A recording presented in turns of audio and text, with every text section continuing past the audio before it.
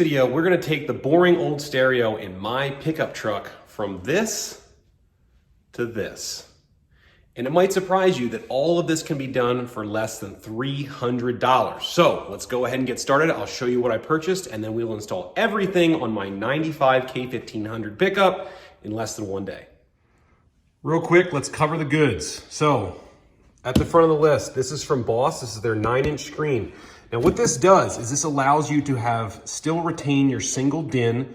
So the height is still gonna be a single DIN receiver, but you get a 9-inch touchscreen. And it should be noted that you can do a 10-inch touchscreen, a 7-inch touchscreen, and maybe even an 8-inch touchscreen. I got this on sale Black Friday, and this came with the backup camera. So if I show you the top here, it comes with the screen, it comes with the head unit, it also comes with the backup camera, and all of the installation goodies you see in front of you come from Crutchfield for free. You basically tell them what vehicle you have, and they're gonna give you everything for your antenna, all your wiring hookups, speaker hookups, dash, literally everything that you're gonna need for your specific vehicle. This was $270. Now, as an added bonus, because one of my rear speakers is blown, we're gonna go ahead and install these Polk 4x6s in the back to replace one of the blown speakers. While we're at it, we'll do the other speaker too. So we'll have new rear speakers as well. But we're gonna install the head unit, we're gonna install the backup camera, everything here in my truck. So let's go ahead and get started. Anytime you're doing anything with the electrical system, it's a great idea to go ahead and disconnect the battery. These are a side post battery here on this truck. I don't love this style battery, or this style post, I should say, but it is what it is. So we are going to disconnect that out of the way. We have a stock stereo. It's gonna be very similar. I've done a few of these before, so we'll kind of talk through any sort of snags you might run into and what to look out for, and we'll get to see how well of a job the previous owner did with the install. Another thing to note, you might be doing this in an old vehicle and it already has a different head unit in it, so this could be helpful too. I'm gonna go ahead and set up the camera and we start pulling things apart. Take our time with this one and just slowly try to peel this away from the dash.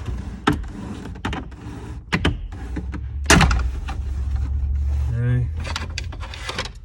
Now, there should be 2 plugs here, if I'm guessing correctly, and likely one of those 2 is going to be, oh, that seemed to help. It helps to put your steering column down. So I'm thinking there's gonna be a plug for the cargo lamp and then also one for the headlights.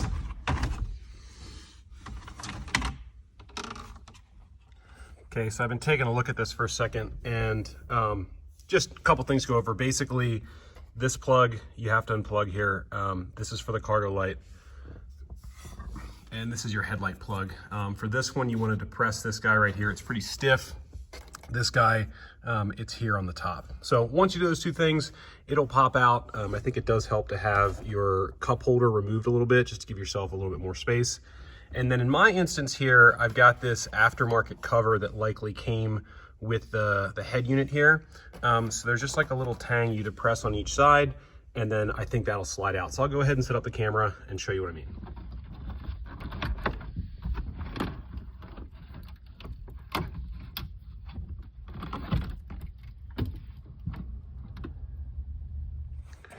Okay, so I'm sure if you've never done this, this looks like a mess to you, and I want to point a couple things out. So typically when you do a head unit, first of all, what's generally going to happen is they are going to provide you with a connector that goes from your stock stereo connection to the connection that goes into your new stereo. So likely what is going on in here is that this connector right here is the adapter to get you from your stock, would plug in your stock head unit.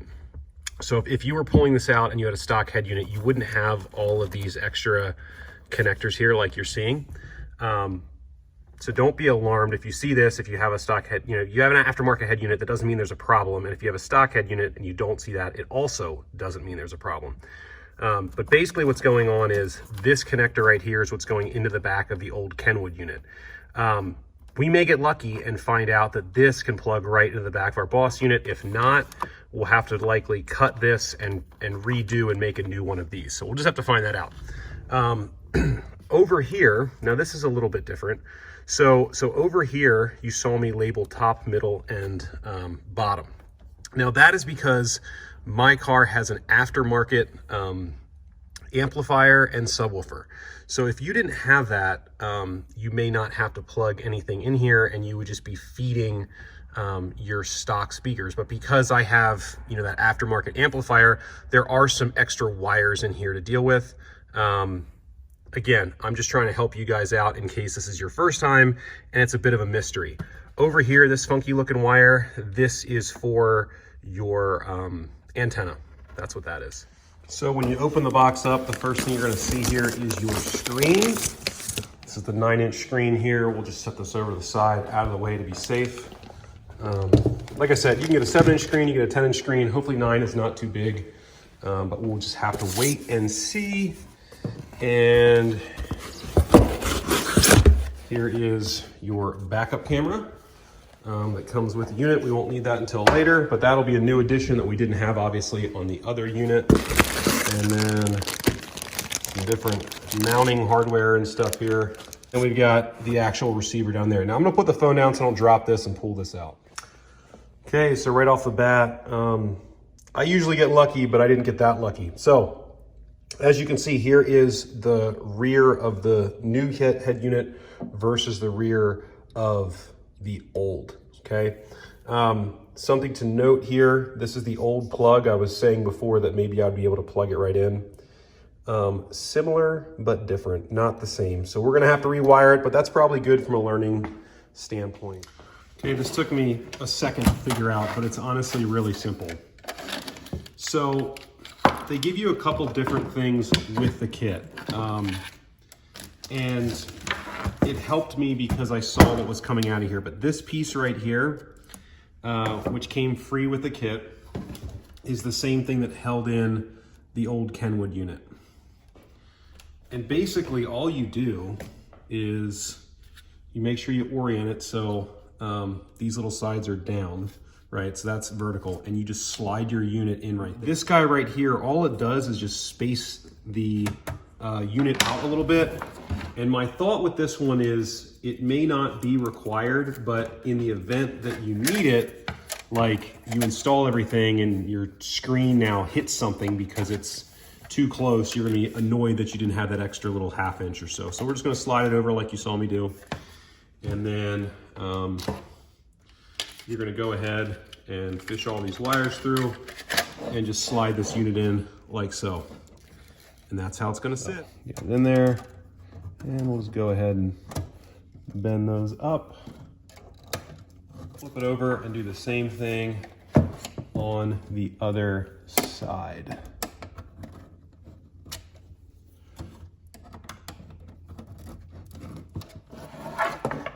There you go. That's how it's gonna look inside the vehicle, just like so. And I feel like it's in there pretty good. Okay, as we move back inside the vehicle, we're gonna have to unplug the one because we're gonna have to make a new harness. So we'll go back inside and we will unplug the harness that came with the Kenwood, and we get to make our own. Okay, so we went ahead and unplugged. Now, if you don't have aftermarket speakers, it's gonna be a lot easier for you because literally you're just gonna plug this into the new one, make your solder connections, your crimp connections, and it'll all go into the new unit. What's gonna make mine more difficult is the fact that this is going to the amplifier. If it's wintertime like it was for me, there's no point to do this in the cold garage. So I came inside, I took the harness that came with the stereo as well as the harness that adapts to plug into the GM stock wiring.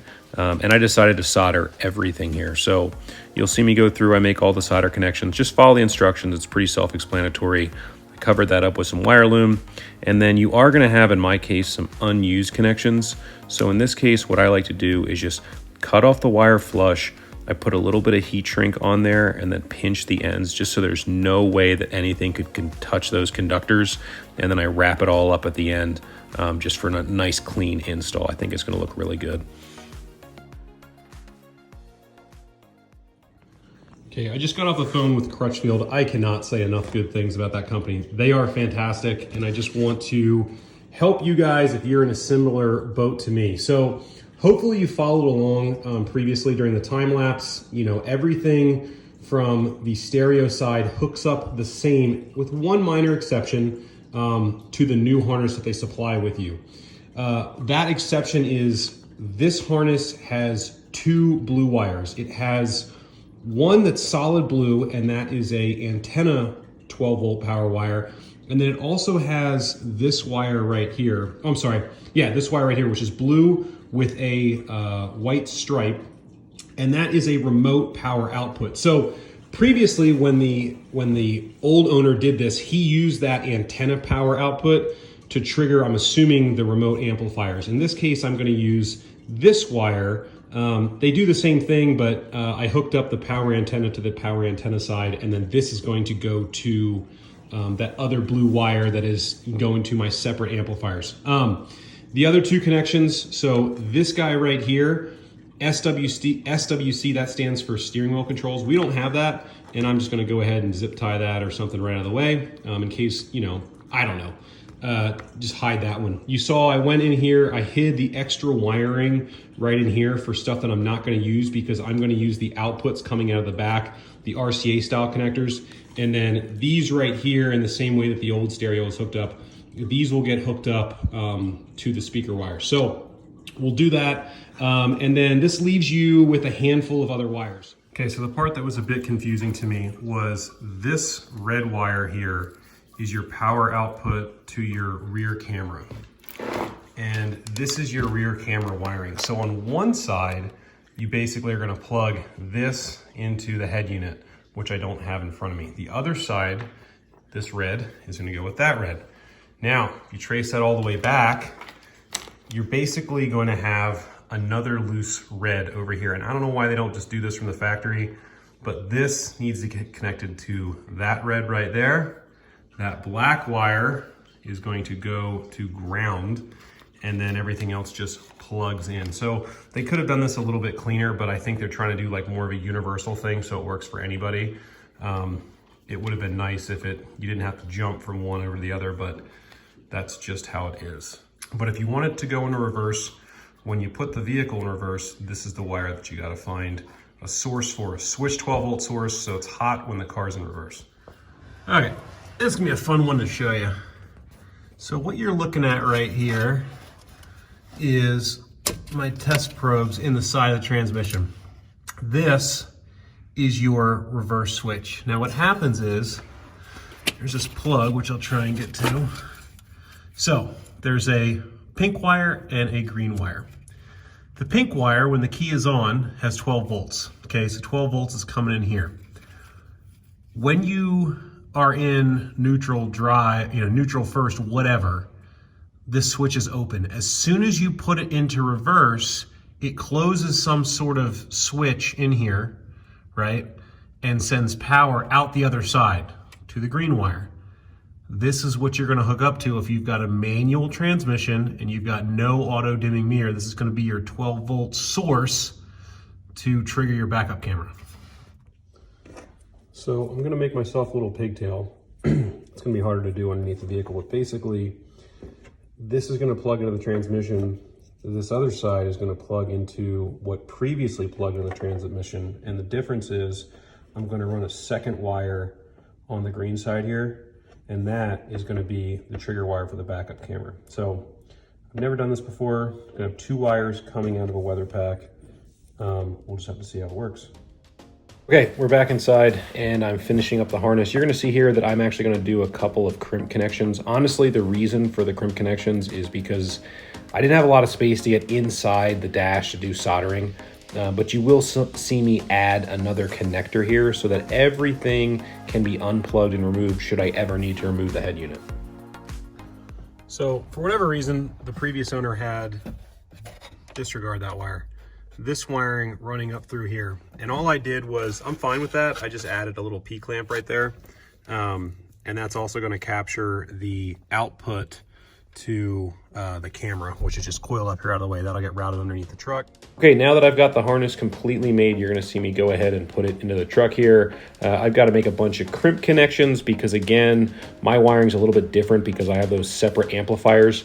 Something I wanna point out here, you're gonna see me on the floor in a second, and what I'm doing is I'm probing some items down on the firewall because if you have an auto dimming mirror, there is a spot down here in the fuse panel where you can tie into to get your switch 12-volt source for your backup camera, but that's only if you have an auto dimming rear view mirror, which I do not. Mine is the GMC Sierra SL, which is the lower trim, so I don't have anything fancy like that, and that's why you saw me make the backup switch connection on the transmission itself. For some reason, the time-lapse got a little bit blurry here. I'm plugging everything into the head unit, getting it all fit in.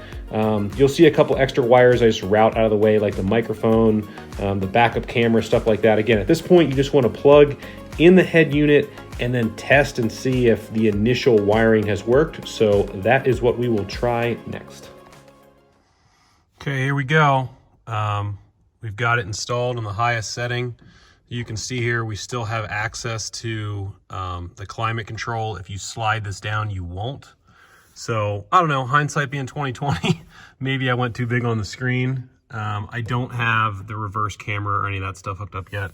We're just gonna turn the key on and we'll see if we get any lights. Oh, we got power.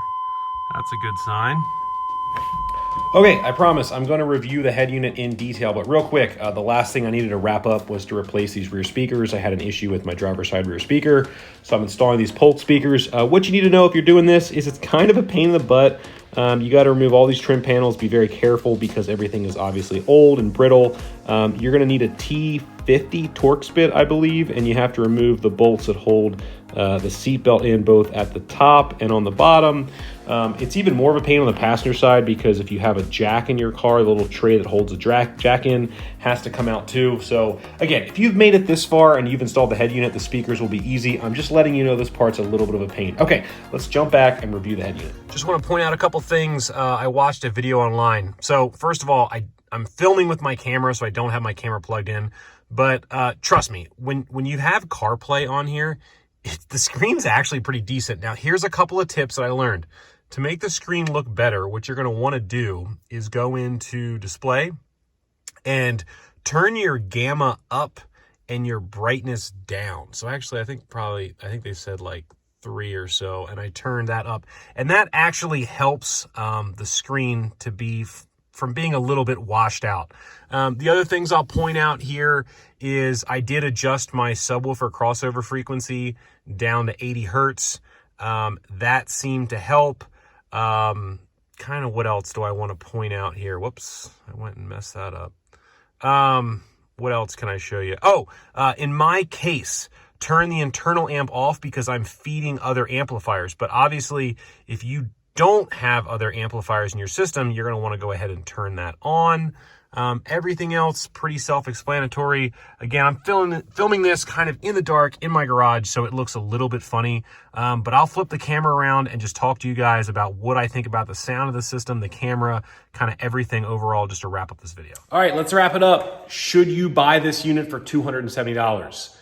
I'm going to say in my instance, where I have amplifiers that are feeding the other speakers, 100% yes. So I think it sounds fantastic. I've heard reviews online that if you do not have separate amplifiers and you were just using this head unit to feed your speakers, that the sound is a little bit meh.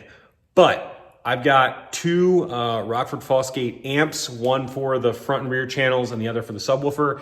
And I've got it all dialed in, and this thing sounds way better than the Kenwood unit that was older, even though it was a Kenwood Exelon unit. So for $260 whatever dollars, $270, 100% recommend getting this. The only thing that's a little bit of a pain is the backup camera. And honestly, it's just because you spend all this time hooking it up and it still uses your standard, like old, PlayStation 1 era, RCA optical cable for your camera. So at best, you're getting like 480p resolution. It's just not great. So if you're going off of like a backup camera, like in a new Dodge Ram or my Mach 1, it's so much more clear than this camera.